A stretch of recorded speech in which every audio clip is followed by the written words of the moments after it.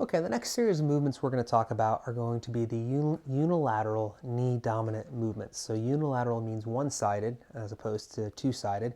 So a bilateral squat is with two legs, a unilateral squat is with one leg.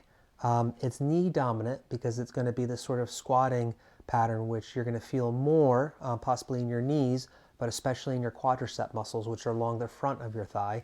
This is in comparison to a lot of the hinging movements, the deadlift movements, which are going to be more posterior dominant. So these you're going to generally feel much more in your lower back in a good way, maybe in your glutes, possibly in your hamstrings. Now this is not perfect.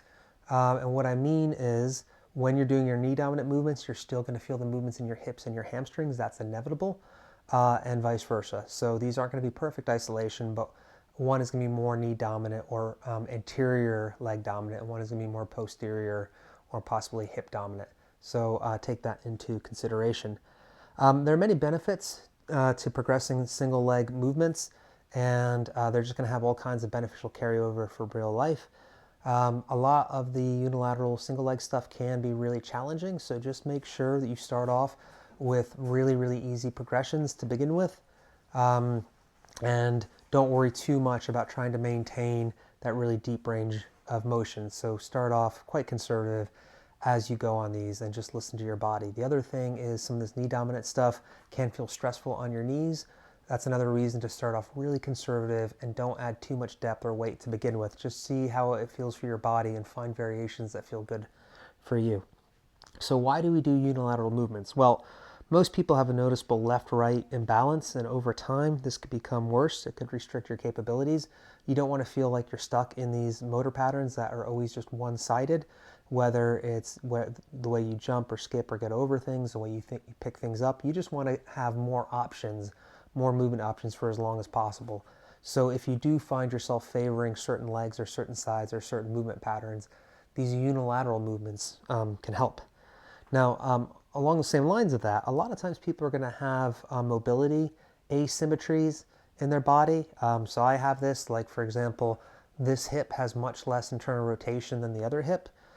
This ankle has much less dorsiflexion than the other one.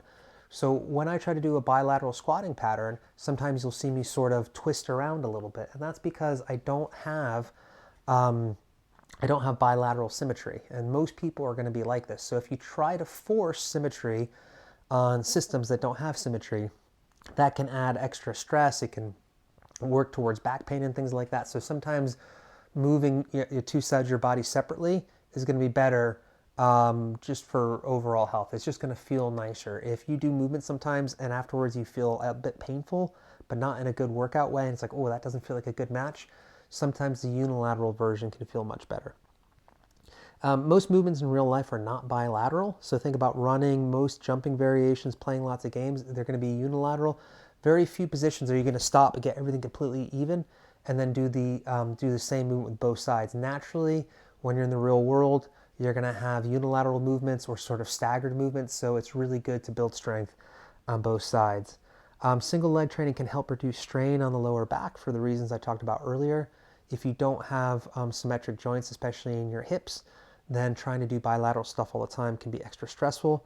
Unilateral stuff is really good for balance training because it does challenge your balance so much. That might be one of your first limiting factors when you do this. And if you feel like it's the balance that's holding you back, that's fine. It means that you can really focus on balance, and it gives you a day to kind of focus on balance instead of just trying to move the heaviest weight possible.